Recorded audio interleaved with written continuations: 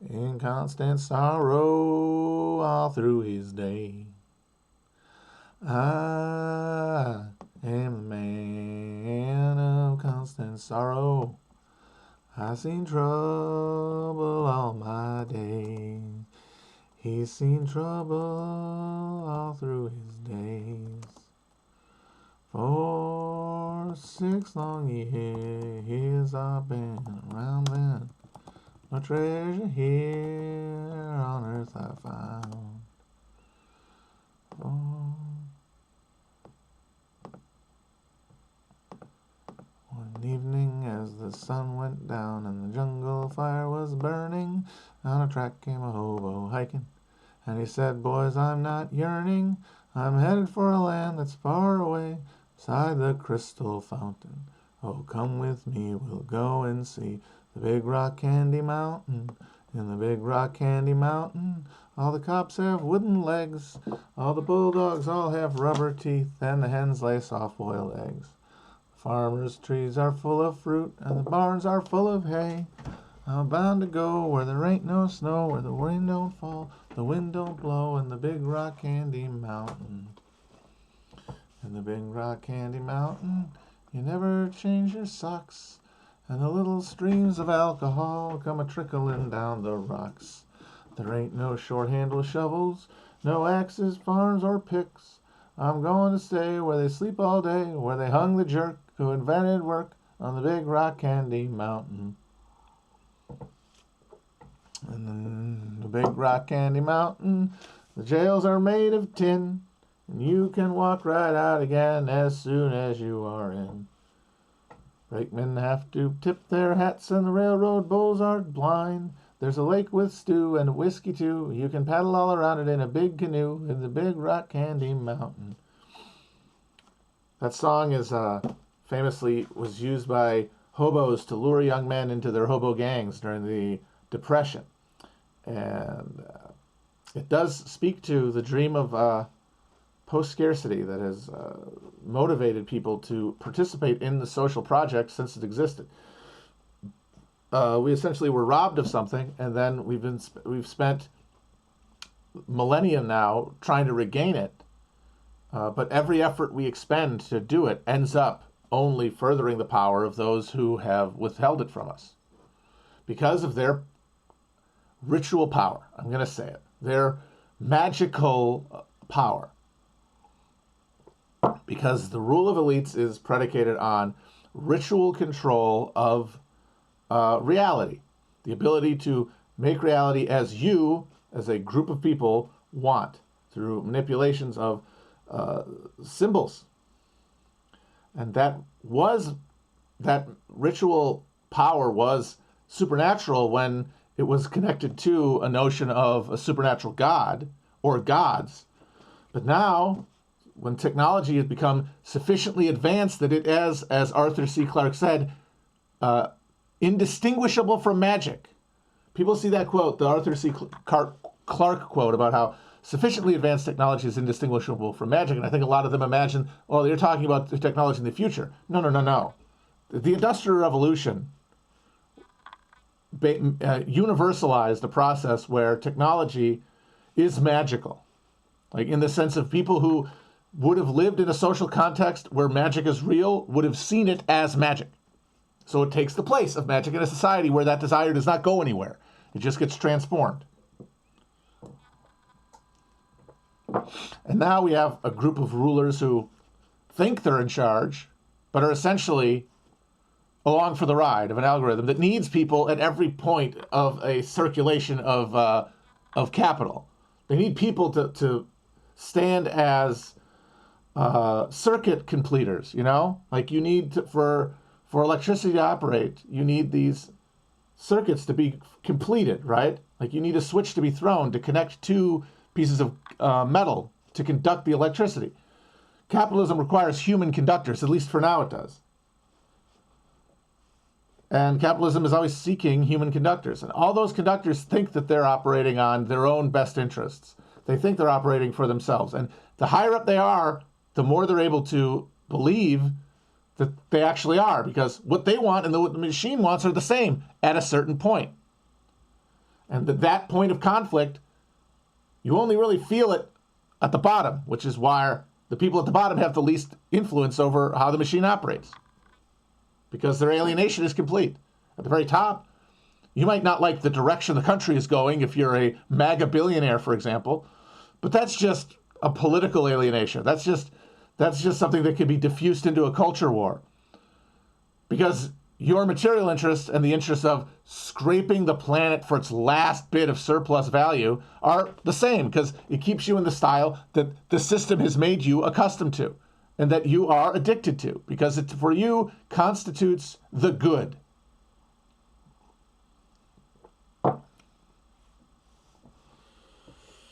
So how we get here, this is the whole book. That's the whole reason. They say it's not about inequality, whatever, but this is a book about how we get to a system where the symbols of power are not socially defined by a social unit. They are occultly defined by a segment within a greater cultural unit.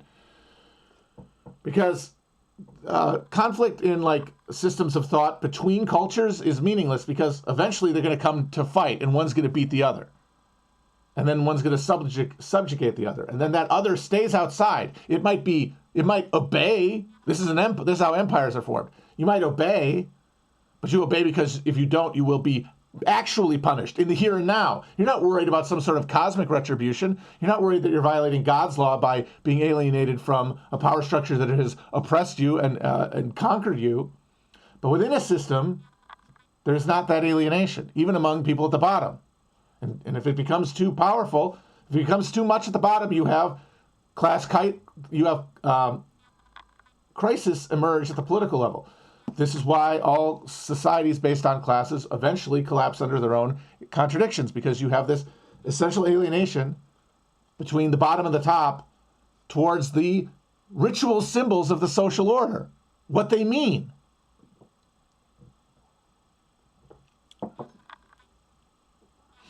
And this process begins once rule by sect, rule by elites, basically, becomes universalized, or at least gains a center of gravity among all the different various types of human organization that grab-grow have. I'm pretty convinced. I don't know anything about anthropology, really, or archaeology, but they tell a good yarn. And honestly, if the chat knows more, please tell me where they're wrong. I think that I don't buy their argument that there was not primitive egalitarianism, because by their own admission, they only start talking about human history 30,000 years ago, when you have humans arising 200,000 years ago. In that gap, I think there was a materially enforced egalitarianism.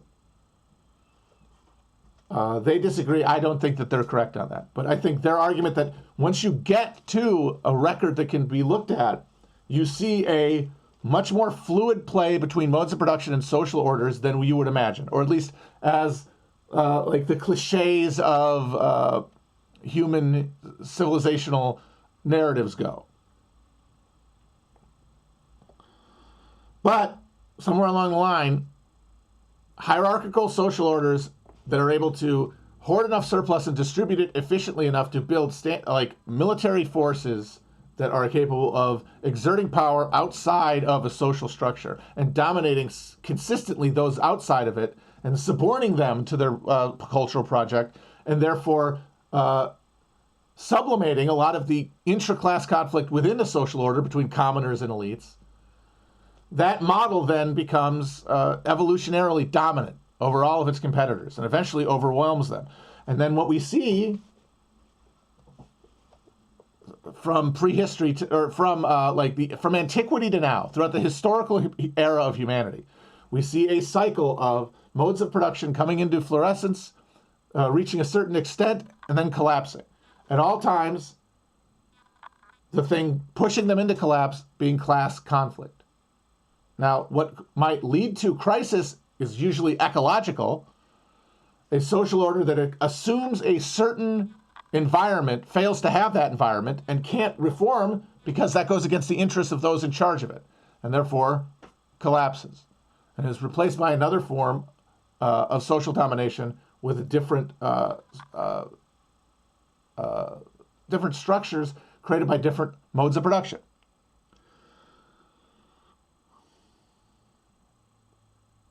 Now, the traditional story says that the thing that led to this switch was agriculture. This is, I think, this is one of those claims that Wayne Grabgrow make, where they say that they're overturning a commonplace of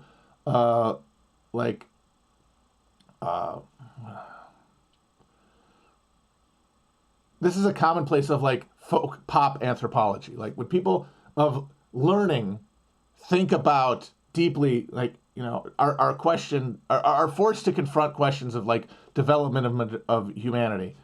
I think it is, this case, they are right that this is a truly widespread belief. You encounter it put offhand by people in all kinds of positions and among different intellectual specialties, that agriculture is what leads to hierarchy. This is part of Marx. This is part of most modern retellings of humanity. Agriculture creates these structures. And this chapter, Chapter 6, Gardens of Adonis, the revolution that never happened, how Neolithic peoples avoided agriculture, makes an argument that no, there's nothing inevitable about agricultural ways of life leading inexorably to stratified class societies. Because there was a huge chunk of time when humans engaged in agriculture and no hierarchical dominant social structures emerged. And this is another claim they make where I can't really argue. I don't know enough about the broad literature to make a definitive judgment of their claim here. But to me, they make a persuasive argument. And once again, if I'm wrong, please tell me, that there's a huge chunk of time, about 3,000 years, when humans had agriculture, agriculture had been adopted in significant ways in the Fertile Crescent, where it's often, which is pointed to as the cradle of agricultural society, where they used agriculture in the Fertile Crescent, but did not create societies around agriculture, the way that we imagine them, with the sort of state structures that we associate with agriculture. Because this is really the argument that we all have in our head. Agriculture creates the state. And Grabgrow claims for about 3,000 years you had agriculture with no state. Now, again, tell me if this is correct or not. He's saying we got a huge chunk of time where humans in the Fertile Crescent are using agricultural techniques to grow crops. They're domesticating crops, but those crops are not going through the sort of evolutionary adaptation to domestication that you see carried out experimentally and empirically. According to experiments, it should only take about 200 years at most for people who are trying to do productive agriculture, trying to apply efficiency to the question of agricultural production, get the most calories out of X amount of land. If they were doing that for 200 years, they would have gotten certain evolutionary changes within the grains. Instead, you have a situation where there's 3,000 fucking years where these crops, even though they're being harvested by agriculturalists, they are not being domesticated. As though, and the Grabgrow argument is that this was not people being centrifugally pulled towards agriculture. This is people are incorporating agriculture into their life ways and self-consciously refusing to adapt it as the basis for their political economy.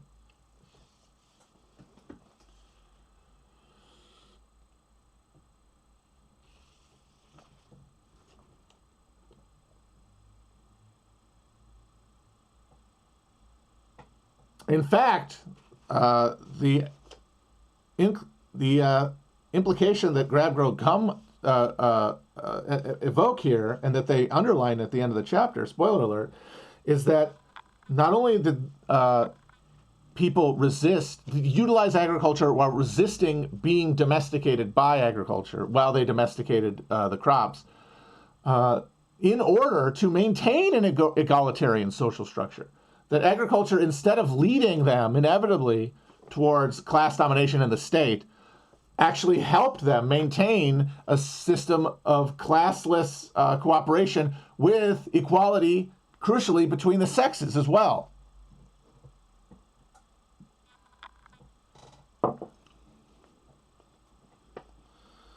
So the big, and I have to say, this has been my favorite chapter so far of the book. It doesn't kind of ping pong between different things, which is a little annoying in some of the other chapters. It has like one case study at its heart, but I feel like, and I felt like it was more persuasively challenging than previous ones. But once again, please tell me if those people who know anthro more or who know archaeology more, what I'm missing, because obviously people have claimed, and honestly, every book with this sort of sweep is going to get this accusation that there's cherry picking of evidence. But I mean, if you're telling a narrative, you're cherry picking evidence by definition.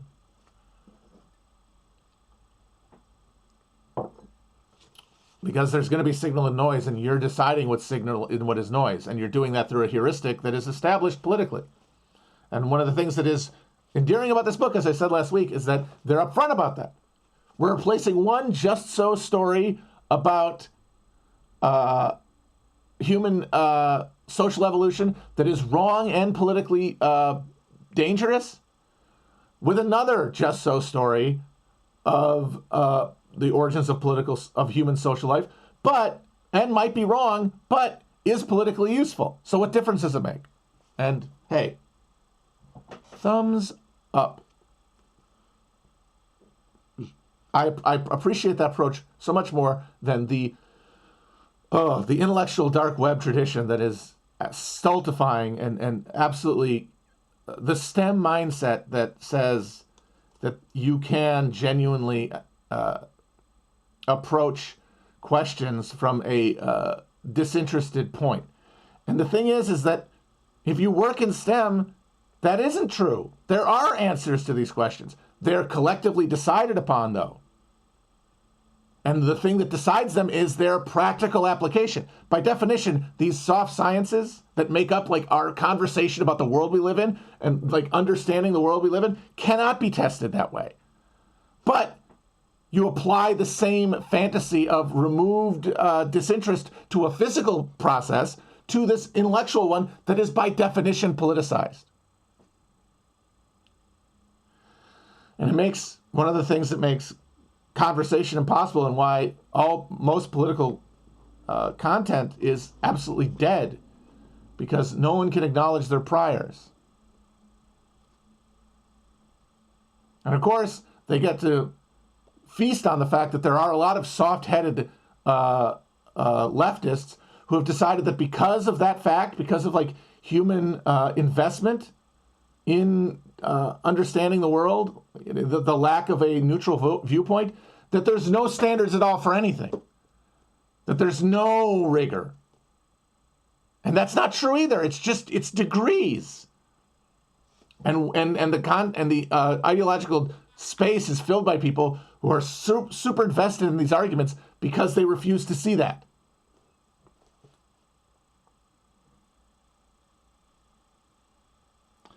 So in this chapter, which I said I enjoy very much, Grabgrow describe early Fertile Crescent agriculture as essentially a feminine ritual play that existed to provide women with a place in the social order, a place for them to assert themselves and assert their like creativity and ability to satisfy their animal spirits in a way that is equivalent to the hunting rituals of their male counterparts. Because and the example that Grabgrow point to is a site in I believe Turkey or the south or like northeast Syria called Catalhoyuk. I'm sure I pronounced this terribly. Should ask Hassan. Catalhoyuk. And And it's a big complex of clay homes that are all about the same size, little cubes, if you will, without any central places of no elite quarters of larger dwellings, no sacred dwellings either that seem to be different than others. But that inside all these homes, you had a collection of animal heads and hunting trophies, and you had wall art all around the theme of hunting, otherwise known as what the guys do to sustain the community. Well, the women obviously weren't going out hunting, and they were contributing like vital stuff, but there is an essential asymmetry of power here. When your diet is just stuff that is hunted and gathered, then those who hunt and gather are going to accumulate social prestige over everyone else over time, unless you do something to counteract it. Like, for example, how in a lot of the contemporary hunter-gatherer societies that still exist in the most inhospitable regions of Africa, where there's no option of doing agriculture, hunters and gatherers, the good ones, are socially ridiculed and brought down in order to prevent them from getting a big head about it. Well, this solution that was allowed in the relatively fertile area, this fertile fucking crescent, where people kind of got to pick to live because there weren't that many people relative to how much land there was, this area on a floodplain that had access to rich game, but also had this area that is systematically, cyclically flooded by rivers and very fertile for low-intensity agriculture. This gave women a way to contribute to like the calories of the community, which in a place of relatively low surplus accumulation is really the real currency of life. By broadening a diet to include agriculture, they're creating a more equitable and egalitarian social order, where women have their culture of farming and harvesting, men have theirs of hunting and gathering, and they have complementary art forms. As I said, the interiors of homes filled with hunting trophies and paintings of men on the hunt. But the physical culture that was left at Catalhoyuk is almost exclusively artistic depictions of females that are often called fertility goddesses. And Grabro claimed, no, they weren't fertility goddesses. They're more like Barbie dolls, probably, or aesthetic equivalents to the art on the walls of the men hunting. Symbols that tell the story of what the women do for the community, that tell young girls how to be women. Which a young boy growing into a hunting society, they look on the walls to see what they will be doing and what their values are going to be. That is their media. For young girls who are going to work in the field, those totems essentially initiate them into a world. And that creates a balanced dynamic between the genders. And Grabro claimed that this is very likely another case of sphygmogenesis, like we saw in the U.S. Canadian West Coast, where the Northwest Indians have a fishing gatherer, rigidly stratified slave society, and the money utilizing California Indians have an egalitarian society without slavery. Here we have this agriculture utilizing gender egalitarian culture in the floodplains of the river. And up in the forests, you have foraging hunter-gatherer societies that don't do agriculture, and their cultural remnants indicate a profoundly patriarchal social structure, where all of the remaining physical culture is about men, about hunting, about predatory beasts, and, most disturbingly, about the detachment and disfigurement of human skulls.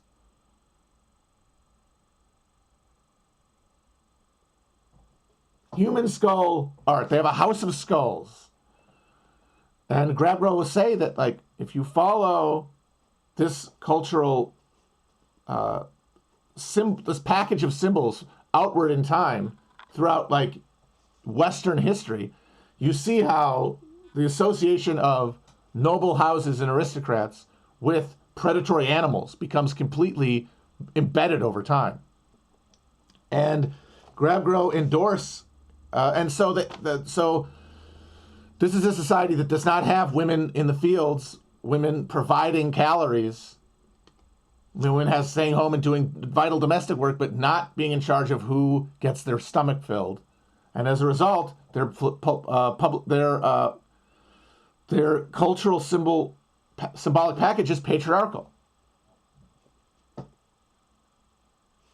And that is, once again, a direct conflict with this agricultural hunter-gatherer society next to it. An example, once again, of people seeing another way of life, seeing what's wrong with it, and subconsciously trying to prevent that from happening to them, and utilizing, in this case, agriculture to do so.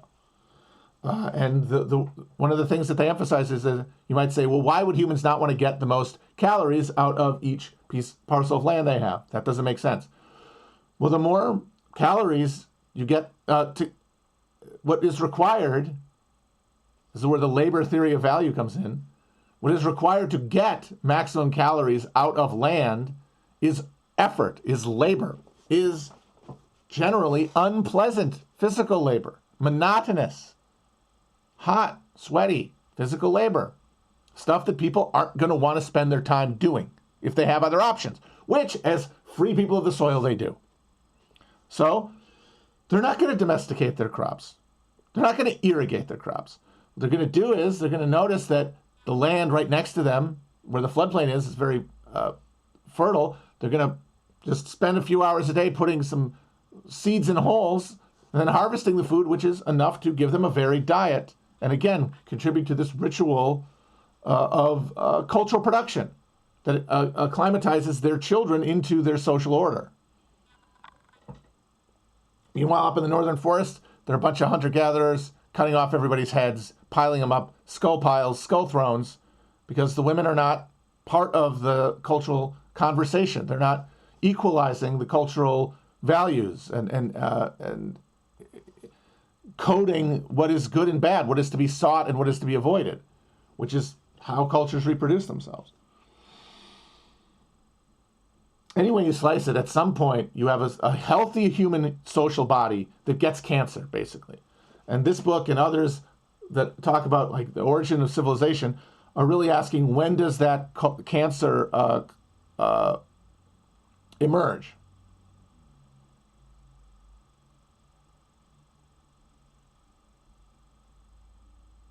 When does it hit you, you know? Like, and I think no matter who you look at, it is whose argument about it you want to believe, and Grabgrow have convinced me of this at least. It is not going to come down at this point in human development to a exigency, a natural exigency. It's not going to come down to a change in environment or whatever, because those kind of crises can be accommodated. But at a certain point, someone makes the decision to detach community interest from self-interest and then perpetuate that. Somebody said that's not right, and it's like, okay, but that's how it feels to me anyway. And we'll talk about it more as we read this book. But one thing I agree with Grabgrow about, though, is that before you reach like a terminal state of asymmetry, once the tumor turns malignant, basically, and starts rampaging through the body, there is an equilibrium that is consciously created by a social order. Like it's not just being tossed around by nature; it's being created. I agree with Grabgrow about that. It's being forged. And the next chapter after this is going to start talking about how, all right, so if we accept this premise that rather than agriculture being the stepping stone to the state, agriculture actually helped resist the accumulation of state power and the alienation of elites from a social body.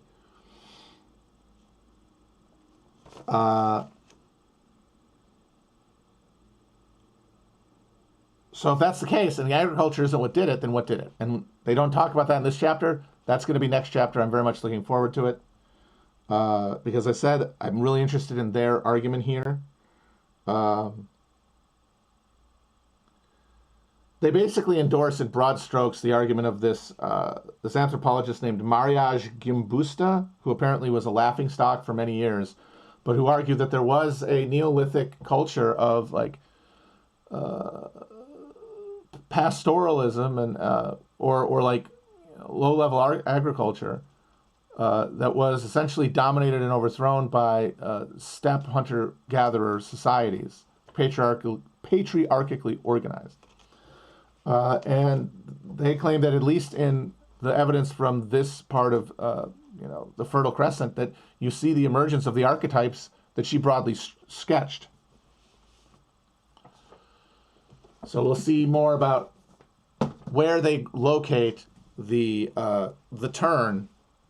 And I gotta say, I think they're leading up to the argument that it's about ritual, it's about the sacred, and I agree with them on that. So, at the same time, though, I know that there are fundamental, like, viewpoint incongruities between Grabgrow and I that I can see sort of in the chinks of some of these arguments, and I can see kind of peeking through stuff that I otherwise totally agree with. And in this chapter, another reason it's one of my favorites, I got the first real, like, solid glimpse into the center of the reactor, basically. Like, how I realized, oh, I see where I am different than him. I see why, even though I think I don't know Grabgrow as well, but even though I think he's a brilliant theorist and thinker who was able to do the kind of, like, large-scale synthesizing and production of narrative that I love more than anything, and I respond to the most, and that I seek to do myself, and that I really feel like I'm trying to kind of do with these vlogs, but who I think fundamentally has a different metaphysics of like human social activity. And reading the first 200 pages of this, it would sort of, get under my boot heel a little bit, and there'd be a little Princess of the Pea. There'd be a couple of, like, claims that would kind of rankle me a little bit. But there's nothing that stood out as, like, emblemizing a real deep splinter. And finally, in this chapter, one emerged. And I want to see if I can find it. It's when he's talking about the way that we think of agriculture as, like, the materialist original sin. Like, if we reject the idea of Christian original sin, that we are fallen, that we need a state to deal with our fallen selves and our inability to live as brothers. But we still need to maintain the belief that humans are, in that sense, irredeemable. We create a materialist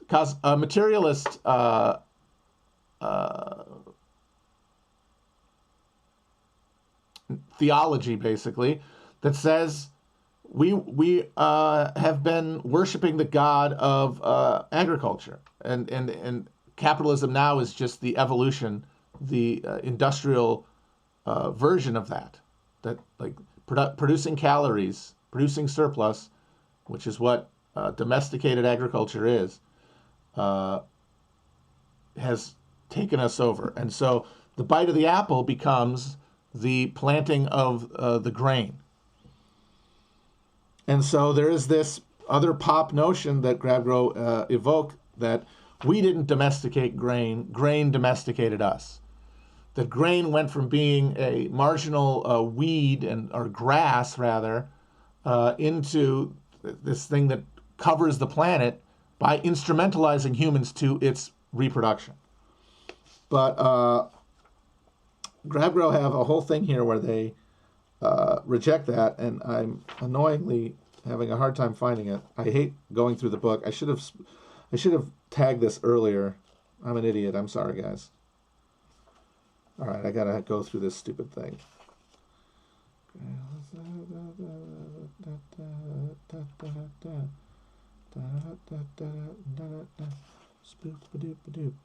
This is great. I know this is great content. I'm sure you guys you're riveted here. Sorry.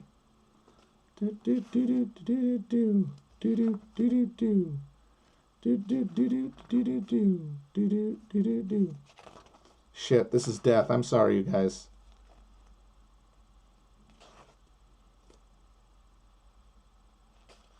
God damn it. Anybody know the like page I'm talking about? Fuck. Oh, yeah, I think I found it. Damn it. Oh, here we go. Here we go. Rejecting a Garden of Eden type narrative of the origins of farming also means rejecting, or at least questioning, the gendered assumptions lurking behind that narrative. Apart from being a story about the loss of primordial innocence, the book of Genesis is also one of history's most enduring charters for the hatred of women, rivaled only in the Western tradition by the prejudices of Greek authors like Hesiod, or for that matter, Plato.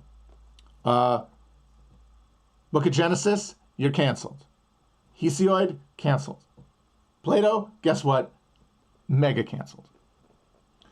It is Eve, after all, who proves too weak to resist the exhortations of the crafty serpent and is first to bite the forbidden fruit, because she is the one who desires knowledge and wisdom.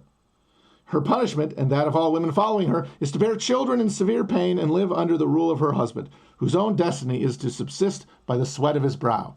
And here you might see the narrative of, women trying to equalize social relations by participating in calorie production in agriculture and being told, no, fuck you, this is men's work. When today's writers speculate about wheat domesticating humans as opposed to humans domesticating wheat, what they are really doing is replacing a question about concrete scientific human achievements with something rather more mystical. In this view, we're not asking questions about who might actually have been doing all the intellectual and practical work of manipulating wild plants, exploring their properties in different soils and water regimes, experimenting with harvesting techniques, accumulating observations about the effects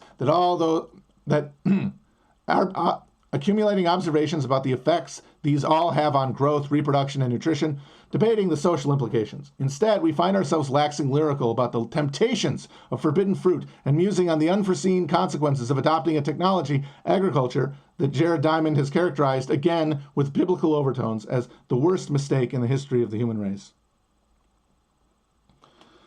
So here, he is saying, in no uncertain terms, humans are always in charge of everything. He is saying the anarchist slogan, no gods, no masters, right? He is saying that humans are the ultimate arbiter. And I have to say, I think that is where I have to disagree with GrabGrow. And not to say that like a specific God exists. Rather to say that the concept of God is inextricable from human social structures. That is what I am saying. And that while he's describing, I think, a real evolution here and a real loss of human agency that we gave up a long time ago, he imagines that that world was not also ruled over by gods, by God. That it was instead made by man, self-consciously made by man. And I would say, no, it was not. I've spoke before about how reality is structured as a dialogue, but not a dialogue between people, a dialogue between people and the natural world. But the thing about that dialogue is it has to be mediated. And the thing that mediates that trialogue is an alienated power that encompasses all of them, but is separate from them. There was a God in the decisions there was God in the room when they made the decision to avoid agriculture. What happened is somebody took over God, somebody hijacked God and remade it probably under conditions of ecological stress. See, somebody says it was the enchanted world. No, we are still in an enchanted world. There is still a God. There will always be a God. Anarchists want to overthrow God and replace him with themselves individually, collectively. That's what we already have. The market exists to mediate that reality. We have to overthrow God, change gods, switch gods. And that, to me, is the fundamental fracture.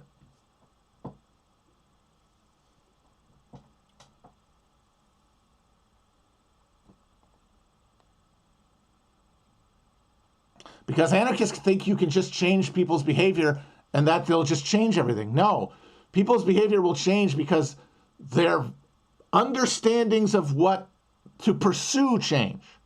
Understandings of what good and bad are. And those all are always tacking off of a concept of God. They're not, they might be spoken of in an internal language, but they can only be validated by reference to those around them and to this perspective, all-encompassing but separate perspective. And anarchists think that that can be just overturned and left, and that throne left vacant. No. Has to be recreated. And so that, I think, is where all of the tactical disagreements come from. Because if you make these assumptions that that's how deep things have to change in order to allow for, not for the creation overnight of utopia, but for allow utopia to be a livable reality. And it has to for us to continue investing our effort into a social project that might not be to our most narrow self-interest. We have to surrender some of our idea of what our good is to a collective concept. And we have to create structures that reproduce that feeling. And anarchism is all about preventing that from ever happening. No, those are states. Those are state forms. Those are domination regimes. No, they are the necessary symbolic and structural extensions of a collective belief that has to be reinscribed daily and momently.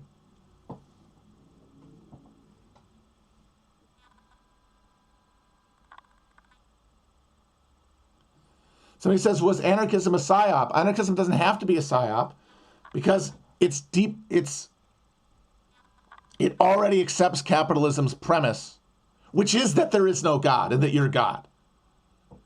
It thinks that means something else, though. Anarchists think, no. There is some world where we can all be individuals together and share. Nope, there isn't. Never was, never can be.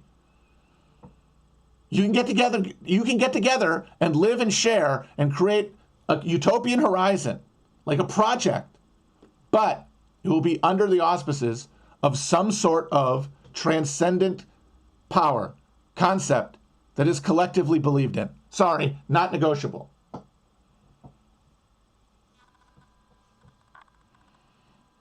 And the reason they fear that and are horrified by it because they can only imagine it being imposed from above. But it's not. It's built from below.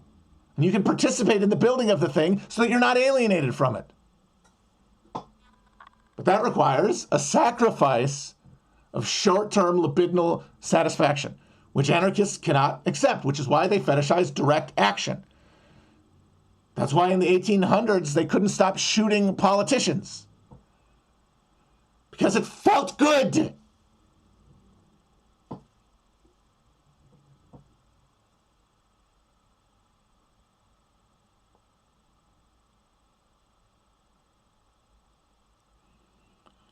And they do like black bloc stuff because it feels good. They decide that getting people fired from Taco Bell for having a Confederate flag on their Facebook page is the same as punching people in the face because it feels good.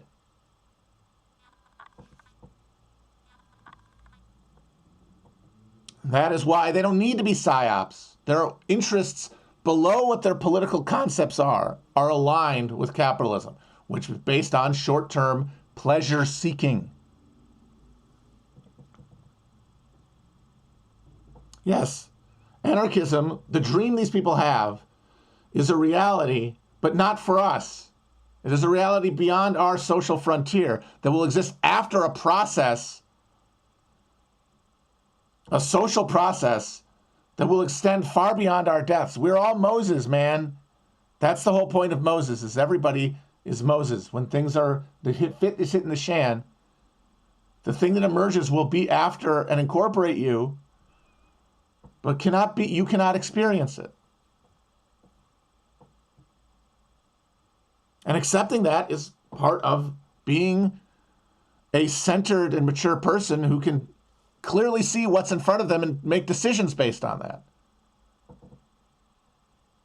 And it's the same thing that you need to do on your own level. You need to understand you're personally not going to get to see everything. You're going to die. Your window on the world, which is everything, will extinguish, but everything will keep going, and you will be part of it. You will always be part of it. Every part of you that you actually value will be part of it. Everything bad, too. It will all be processed and reformed and reborn in different combinations as the dialectical process grinds through the matter and time of the universe. And with that in your heart, you can look at political questions, and instead of making doctrinaire proclamations about what to do, you can listen to your goddamn heart. Cheesy and as dumb as that is, listen to your heart. As the song by, was it Pat Benatar, goes.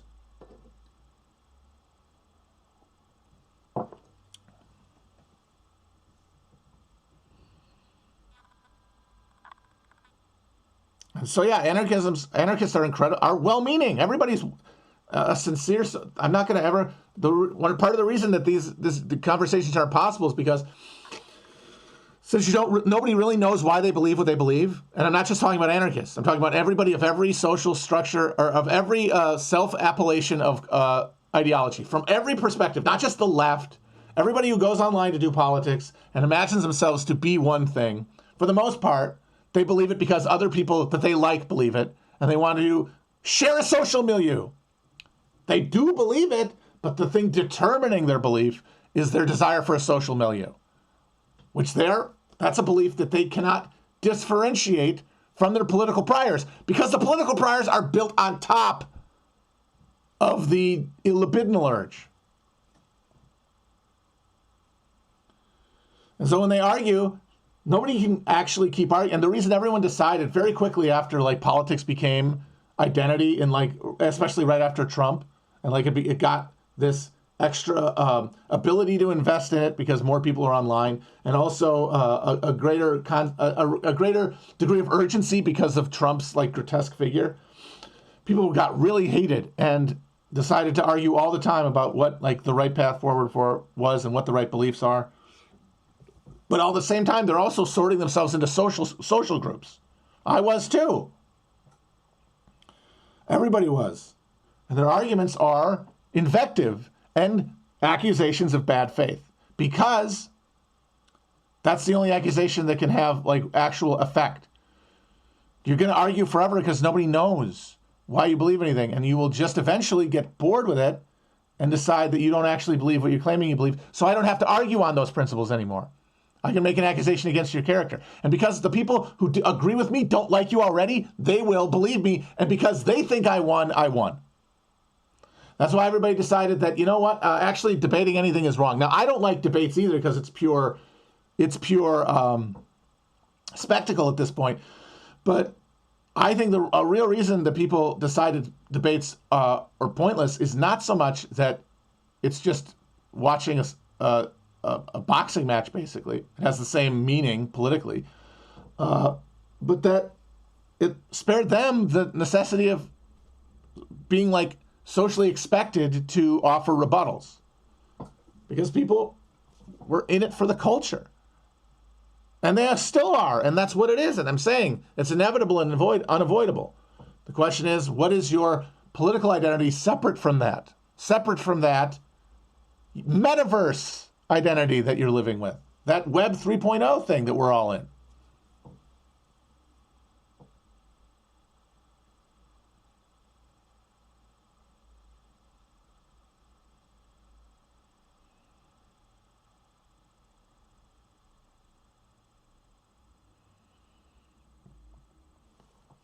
Because that's the thing. Like, yeah, it's pointless to debate people online because people already have their side picked. So it doesn't matter. No one will be persuaded. And people say, like, what about a third-party observer? And the thing is, nobody observes this shit at this point until they're wanting to be entertained by it. And they have to be entertained by it by having a rooting interest. Like, the time when people were sorting is over. The sides are picked now.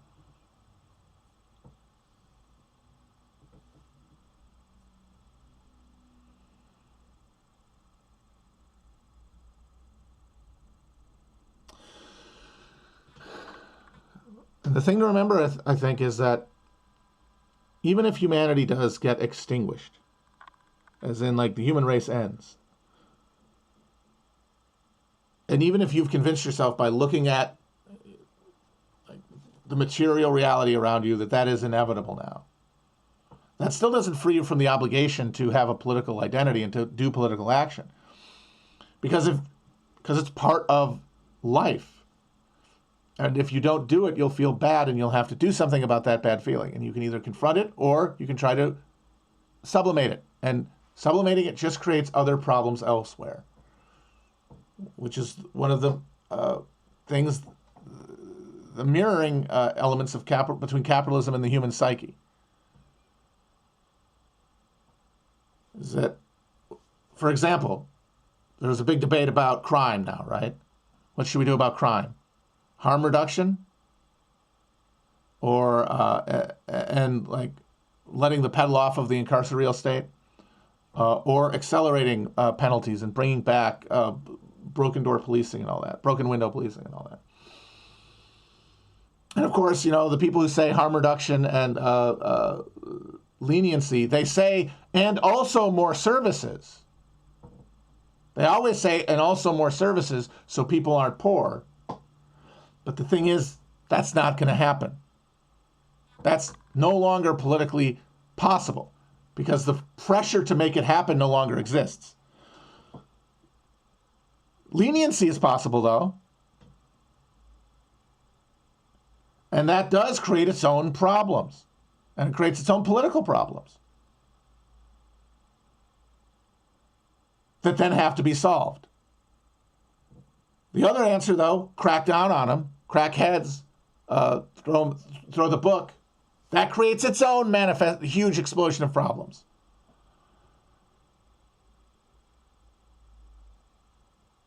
And those are both things that the state can do.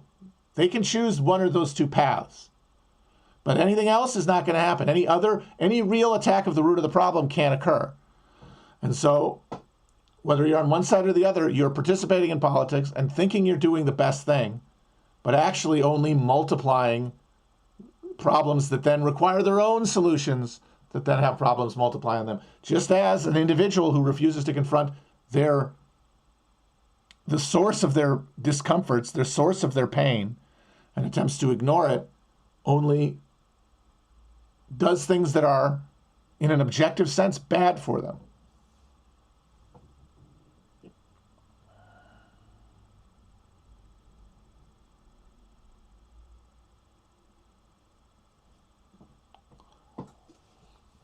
And so you end up getting, like, here's the thing. The thing that's supposed to justify your investment in one side or the other of the broad partisan political festival is that if you're a Republican, the Democrats, they're not going to stop until they've done all the worst nightmare things you can imagine, right? Like imposing Jerry Brown's Zen fascism on the world, mandatory pronouns, abolish the family. You work as the footstool for a Guatemalan immigrant. Your job is apologizing to black people. They believe that is the end goal of liberalism. And of course, if you're a Democrat, you can look at Republicans and say, MAGA hell is their end goal. They're going to have us all. They're going to be doing gas chambers for minorities, and they're going to be enforcing Handmaid's Tale among those who are considered, racially worthy.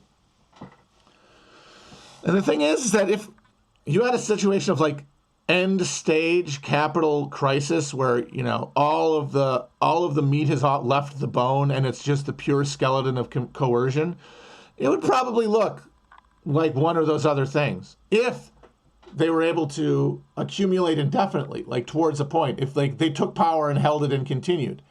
But that's not what we get in this country. We get turnismo,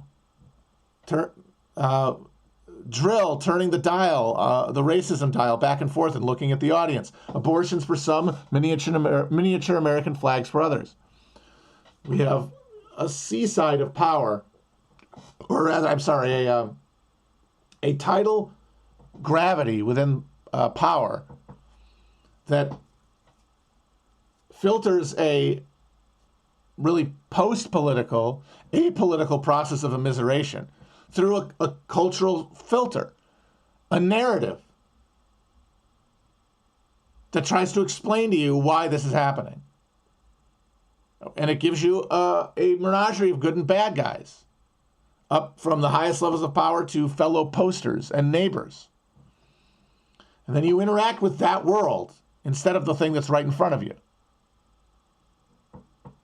Meanwhile, by going back and forth, by letting the heat go down so that you don't totally alienate one side or the other from the common project of being American citizens, if you keep them on the hook, things will continue to intensifyingly get worse, while in the middle, people are still on board enough that the lights stay on.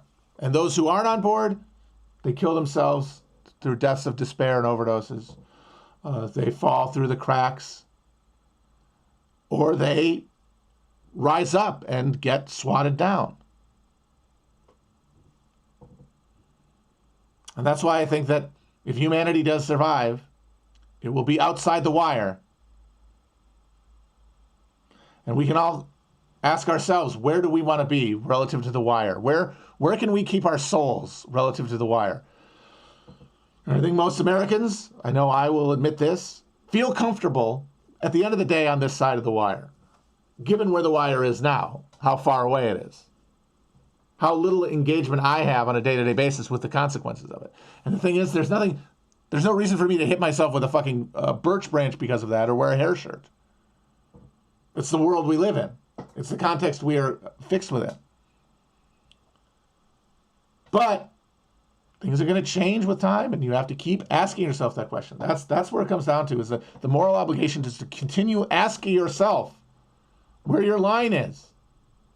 And what culture war politics does is allow you to extend the line indefinitely, gives you a frontier to imagine, to justify your continued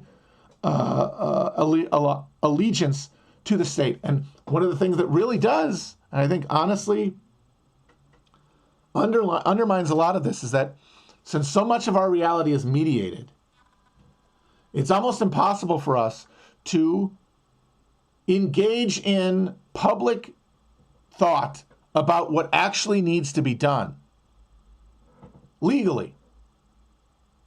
Like, we have freedom of speech, but at the end of the day, thanks to privatized realms of power, if we wanted to talk about what realistically we should do politically, if we wanted to feel, and this is the important if we wanted to feel like our political actions would have consequences, meaningful consequences,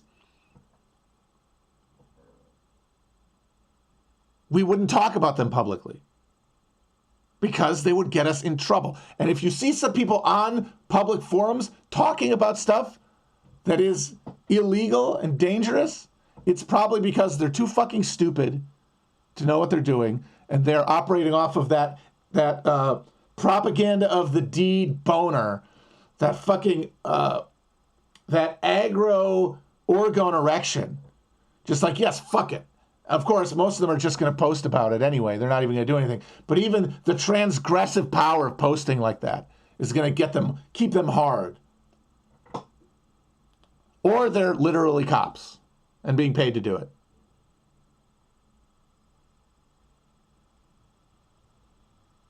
Because you don't write a book called How to Blow Up a Pipeline if you're actually going to blow up a pipeline, right? if you were going to blow up a pipeline, you tell some people you know about it. And I don't even think stuff like blowing a pipeline would work. Like, I'm not, one of the reasons that I've been paralyzed as I am, and I assuage myself through these sermons, basically, is that I really don't think that I would feel validated by doing any, like, illegal shit right now. There are no choke points. There's no chinks in the armor that I feel like I could carry forward in something that would be anything other than self-glorifyingly suicidal. And of course, the fact that I'm fat and happy and comfortable is a big reason for that. And if I didn't have these material conditions, that equation would look a lot different. But I can only be honest about where my instinct is, which is another reason you won't see real organizing towards effective politics online, because the people who have the most time to talk about politics online have the least incentive to engage in dangerous politics.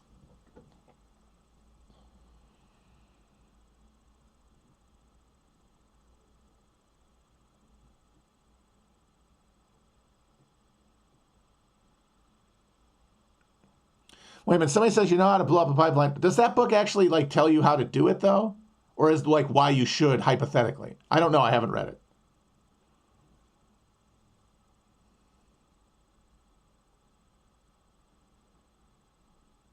So I'm just here narrating my political paralysis, basically.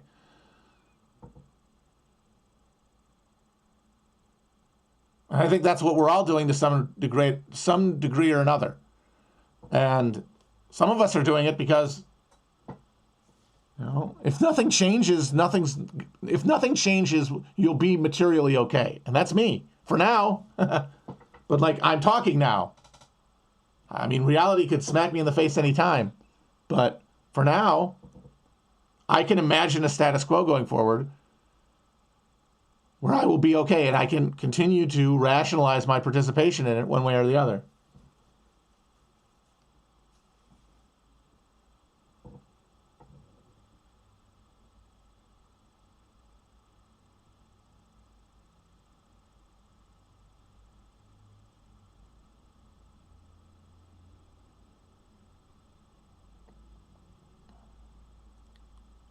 And at the end of the day, I do feel like, hey, if I'm going to have a job, this one feels good to do. Like, it feels good to do it. Like, obviously, it's nice to be able to live comfortably at a time when most people increasingly can't.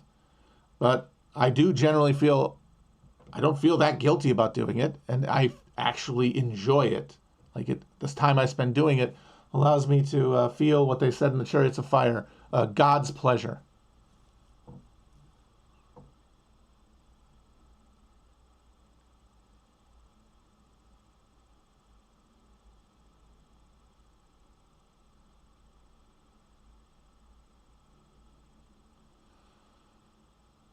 So here I am, at the restaurant at the end of the universe, waiting for my cheese fries with the rest of you. And we're all doing that. And to some lesser degree, all of us, here and otherwise, are acting every day. And those actions are going to be directed by conditions and then our instantaneous understanding of those conditions when they arise. Our level of perception. And that is going to be up to all of us to hone. That's all very exculpatory, but at the end of the day, I believe God exists. So at a certain point, I lay down my burden. And that's all. As a isolated soy-faced bug man, that's as good as I can hope for right now. But you have to accept that you're on a journey. And as I said, even if human race is wiped out, life will never end. And that's us. So even if it's all going to go away, what are you going to do with the time you have? And feeling like you're helping people is part of that. Feeling like you're expressing love that the universe feels for you, and that you have to reciprocate if you're to feel any sense of serenity, calm, centeredness in this tempest that surrounds us. God is a cope. Duh, you fucking... God is a cope. The universe is fucking cope, man. What are you talking about? Cope is God.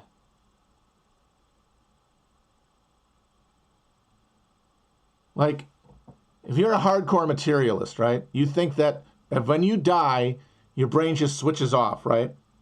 There's nothing after it. There's no seraphim. There's nothing. It's just a cold mechanical process, right? Well, then there's nothing to be afraid of. But why are you so fucking miserable? And the answer is you need something to animate you through life. You need a narrative. You need a story. And that story needs a perspective that can't be yours. And that is made up. It's socially constructed. Therefore, a way of coping with being locked in a material box, being locked on rails. Because remember, there is no free will. We are all absolutely determined. All of our actions determined. No one's ever been able to dispute that, I don't think, in a way that has been convincing to me. We're on rails. The exit has already happened. Everything has already happened. Everything has already happened. But how we feel about it as it happens is in our control. What we do might not be determined, or what we do might be fully determined, but why we do it is determined by us. And that has nothing to do with why we're doing it. Why we're doing it is a chemical process below the level of human consciousness. We make up a story about why we do it. And that story can be good or bad, make us feel good or bad. But what good and bad are not within us. They're relatively constructed socially. And when I say socially, I mean between all the other stuff in the universe, all the other conscious and unconscious minds of the universe that are also us.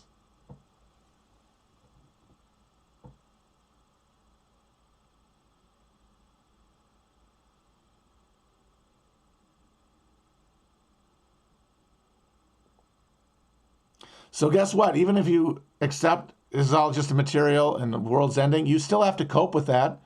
Okay, you're gonna die, right? And you believe that is just the end, turning off a light.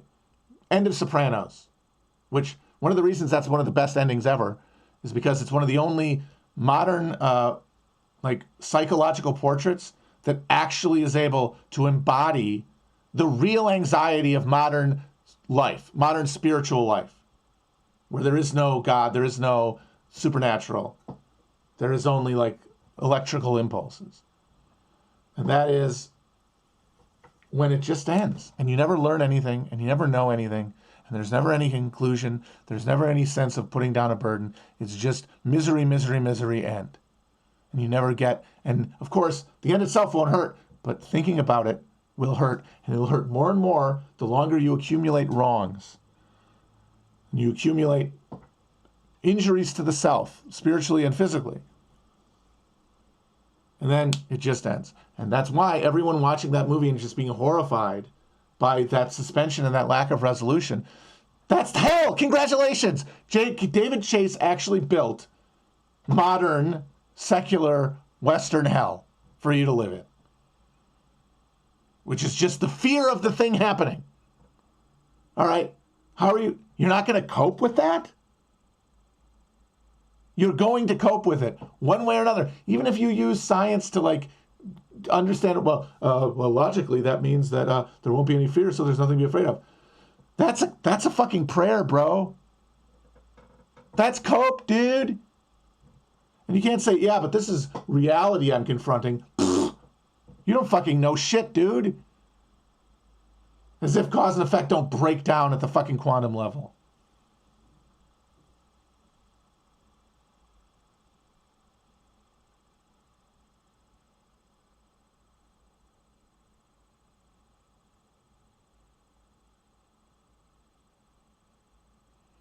We need a reason to be because we have to seek sustenance.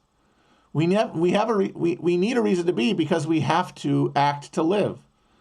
And the sensation of being an embodied form with a conscious mind makes us want to, in a very grounded way, want to continue. We get hungry. We get thirsty. Our body becomes unpleasant to be in, and our body becomes an unpleasant universe. It becomes a shitty place to be unless we do something about it, and we know what to do. So we have to choose to do it. So we have to tell us a story to get there.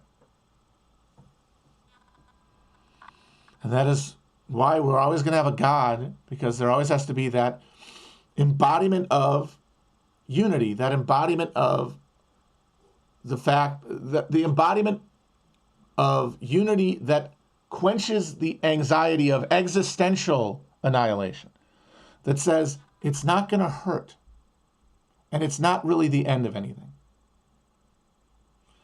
And if you act in conscious awareness of that fact, you will do things that are good for you and good for other people. If you have some other cosmology, like the twisted God that we've been worshiping ever since the fucking secret societies and the cabals took over, then it twists your behavior and you end up having to look inward and say, well, what should I do? And when you look inward to ask, what should I do? The only answer that's going to come up is Satan's voice, is sin. Because the narrowest self-interest is often in conflict with the best interest of everything else, not just the other people around you, but the world you live in. Because as I said, there is a fucking dialogue between the natural world and us that we have to deal with. And those early agriculturalists that Grabro talk about, they farmed. And they experienced farming. And they got to the point where like, okay, doing this is kind of fun. Doing this is okay. This is kind of a pain in the ass, but it's worth it. This is too much. This isn't worth it. And then decide not to do it. That is a dialogue. But once you have the state enforcing stratified class roles, and especially once you get a state that can conquer people who you do not see as human and put them to work, where they can accumulate all the misery of doing all that extra, all that unpleasant labor, you're no longer getting the signal from the world. You're no longer getting that natural feedback. It's all getting absorbed at this, by the base by people who can't communicate to the top.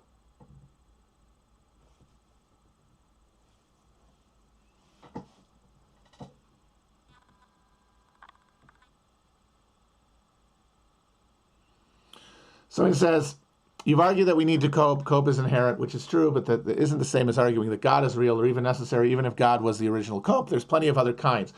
What other kinds are there?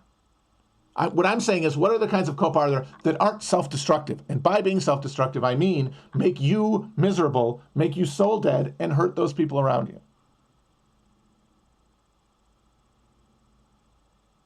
I would like the person who said other kinds to answer that.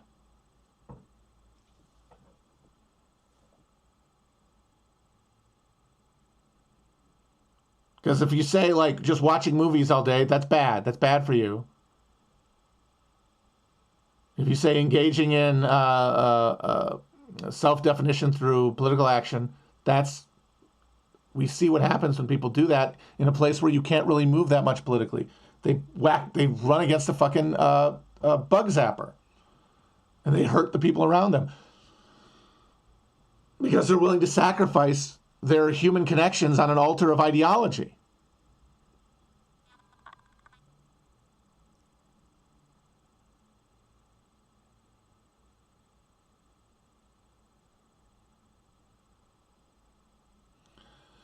Like even Epicureanism premises itself on a serenity that comes from an awareness of harmony. that says that if you aren't seeking release from the awareness of mortality and what it means, then you can pursue a life of pleasure, where the pleasures you pursue are moderate, are fleshly, but not overwhelmingly, alienatingly, unbalancedly, asymmetrically fleshly. That are also spiritual, and that the spiritual pleasures balance out the need to overindulge physically. We don't have that. So Epicureanism means a mad dash flight to a hedonic treadmill that capitalism provides. It says there's always more consumption at the other end of the rainbow that'll allow you to feel whole, and which by pursuing, we are all literally destroying the earth.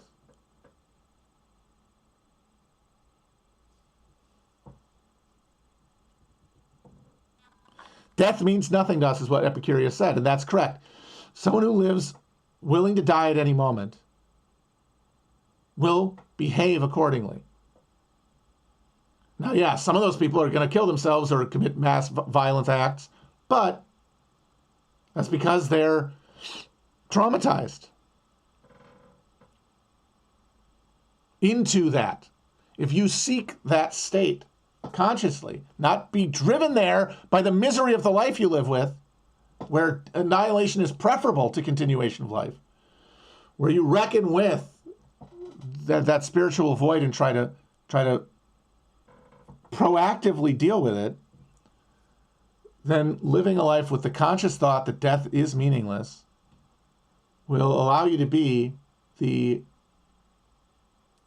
best version of yourself.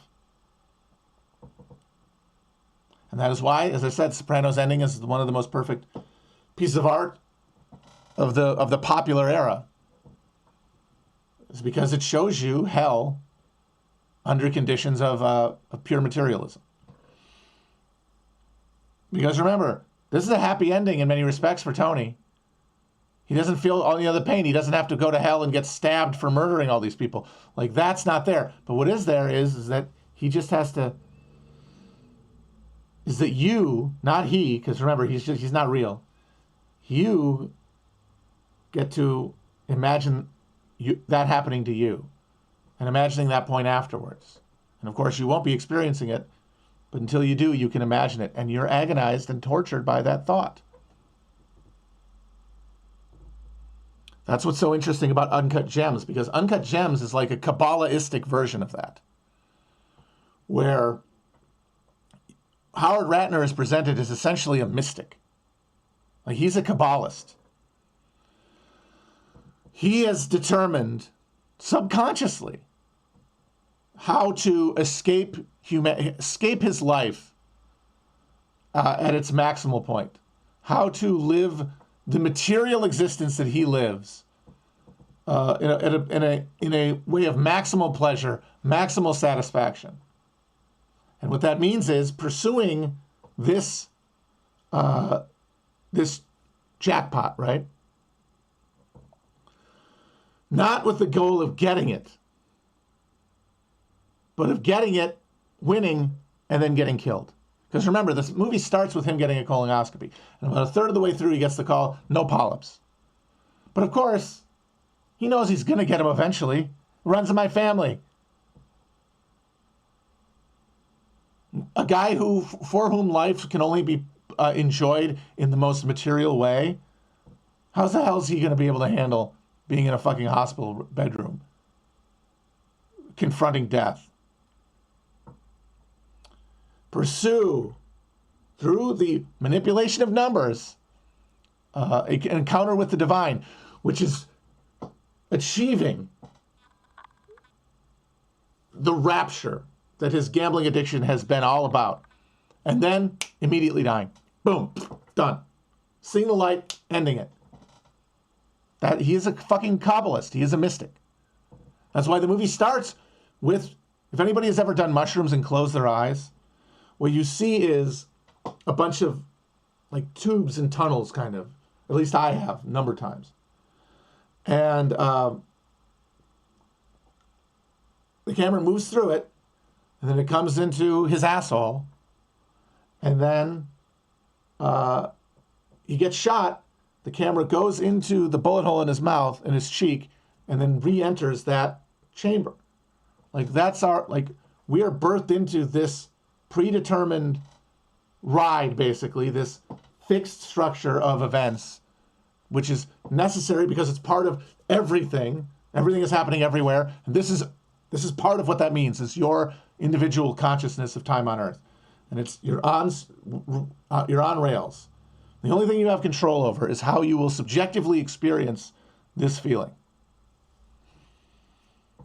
And like, the spiritual challenge is the idea that you can master this process. This is what Taoism essentially is.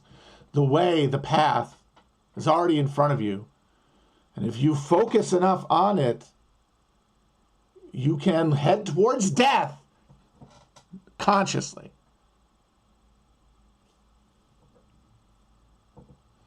So that when you get the Tony Soprano moment, lights aren't turning off, they're turning on. You're not coming to the end destroyed by a consequence of your actions. You're coming to the end on your terms, which means time to encounter the divine.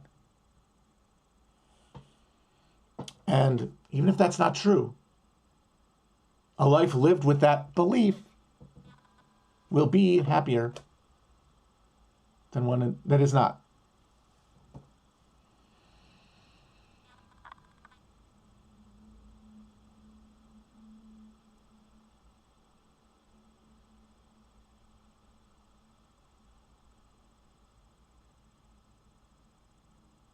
And somebody says, rejecting God doesn't mean just sitting and washing material filth and watching Disney movies until you die. I guess this is where we get to the Wittgenstein point. This is where we get to the incommensurability here, because at a certain point, all real disputes are mistranslations and misunderstandings. Because I don't think that's true. But what God is, what I mean by that, is probably not what you do. It has different categories, or it has different structure. Like, God in my head, the cube that I'm rotating when thinking about the concept, is not the same shape as your cube, as your God cube. And that means we're not going to be able to talk about it. And that which we cannot speak of, we must pass over in silence. That seems like a very good place to end it.